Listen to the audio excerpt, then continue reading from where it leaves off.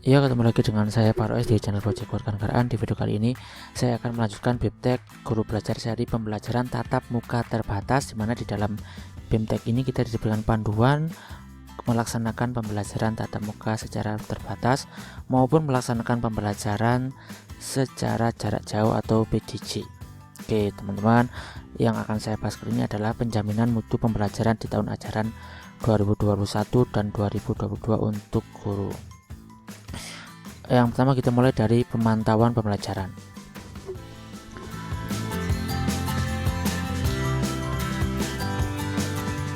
Oke ya, ini bisa teman-teman lihat, pemantauan itu bukan penilaian. Pemantauan sebagai refleksi guru untuk melakukan perbaikan mutu penyelenggaraan proses pembelajaran. Jadi sekali lagi, pemantauan bukan dari bagian dari pemantauan. Kemudian di sini tujuan dari pemantauan sendiri adalah untuk mengetahui tingkat kepatuhan terhadap prokes dalam pelaksanaan pembelajaran di masa pandemi COVID-19, kemudian untuk mengetahui tingkat efektivitas pengelolaan pembelajaran, serta mendiskusikan dan menentukan dukungan yang dibutuhkan di satuan pendidikan tersebut, gitu ya teman-teman.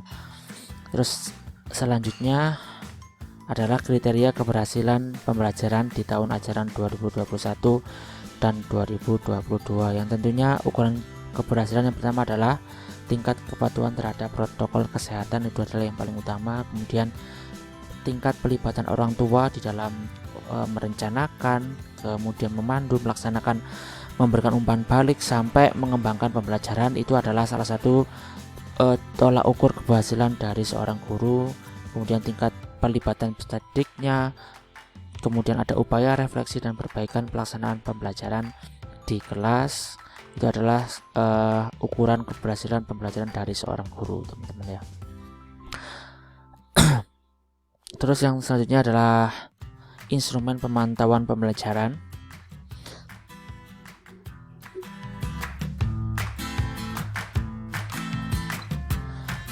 Ini bisa teman-teman lihat, ada lembar efektivitas pembelajaran di masa pandemi COVID. Ini bisa langsung diunduh ya teman-teman. Ini bisa juga teman-teman baca bahwasanya pada akhirnya pembelajaran dikatakan efektif jika mencapai skor 76-100%. Bagaimana cara mengetahui skor tersebut? Tabel berikut ini merupakan instrumen penilaian efektivitas pemantauan pembelajaran. Bapak Ibu guru dapat menerapkan instrumen berikut ini untuk mengetahui efektivitas pembelajaran yang telah dilakukan. Ya, ini langsung bisa teman-teman isi ya. Oke, kita lanjut.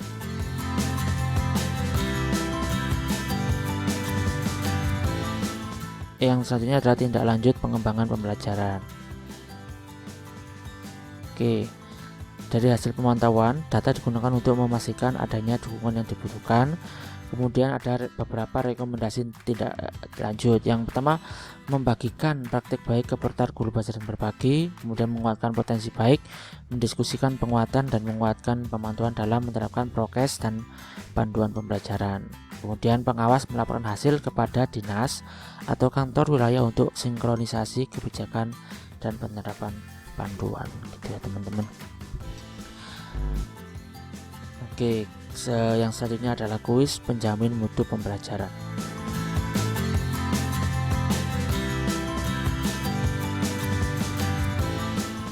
Kita start kuisnya. Baik, soal nomor 1. Penjamin mutu pembelajaran diperlukan untuk memastikan penyelenggaraan pembelajaran sesuai dengan standar mutu yang telah ditetapkan. Ini adalah pernyataan yang benar. Penjamin mutu hanya dilakukan melalui pemantauan proses pembelajaran. Ini adalah salah ya. Jadi nggak hanya di dalam proses pembelajaran, tapi mulai dari persiapannya sampai ke dalam evaluasi dan refleksi. Pemantauan pembelajaran yang dilakukan oleh guru sama halnya dengan penilaian. Ini salah ya teman-teman. Tadi udah saya bahas. Pemantauan pembelajaran yang dilakukan guru digunakan sebagai refleksi untuk melakukan perbaikan mutu proses pembelajaran. Ini juga salah karena nggak hanya dalam proses pembelajaran, sekali lagi. Jadi mulai dari persiapan sampai dengan penilaian dan refleksi itu adalah harus juga dilakukan pemantauan. Yang selanjutnya, pemantauan bukan sebatas pengumpulan data, tetapi juga memastikan adanya pengelolaan dukungan yang dibutuhkan oleh guru. Ini betul ya. Kriteria keberhasilan pembelajaran di masa pandemi COVID-19 yang digunakan guru tidak mencakup pelibatan orang tua. Ini adalah pernyataan yang salah, jadi orang tua harus dilibatkan.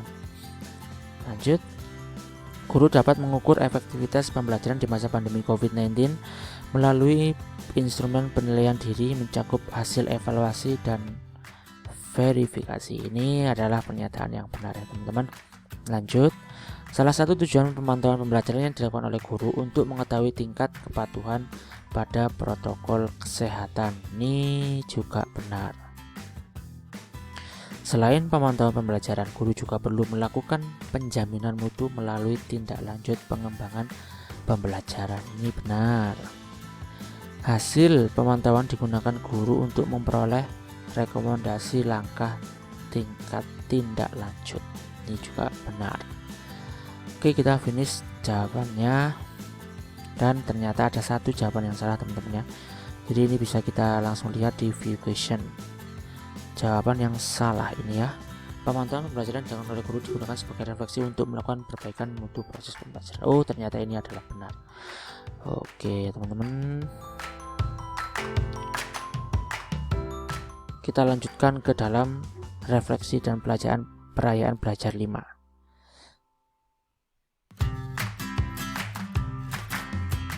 Oke, refleksinya adalah mana? Gini, apa yang akan Anda lakukan berbeda pada tahun ajaran ini yang belum Anda lakukan di tahun sebelumnya. Tuliskan refleksi Anda dalam jurnal pribadi Anda. Post refleksi Anda di media sosial dengan ketentuan. Lengkapi post dengan hashtag Merdeka Belajar, hashtag PTA 2022. Perhatikan tulisannya, jika huruf dan spasi tidak sama maka tidak akan terdeteksi. Oke ya. Tag 2 orang teman Anda untuk diajak membaca refleksi tersebut. Oke teman-teman, itu adalah refleksi di mana kita diminta untuk membuat postingan apa saja yang hal baru yang kita lakukan di dalam pembelajaran ini dan belum pernah kita lakukan di tahun ajaran sebelumnya, diposting di media sosial menggunakan hashtag Merdeka Belajar dan hashtag PTA 2022. Oke. Kita lanjutkan lagi. Untuk topik penjaminan mutu sebenarnya sudah selesai, tinggal satu lagi yaitu mengenai penutup BIMTEK yang biasanya berisi asesmen pra-program. Baik, seperti itu teman-teman video dari saya, semoga bermanfaat. Jangan lupa untuk di-share biar semakin banyak yang tahu tentang video ini. Untuk yang selanjutnya, penutup BIMTEK akan saya bahas di video saya yang selanjutnya. Terima kasih telah menonton video ini.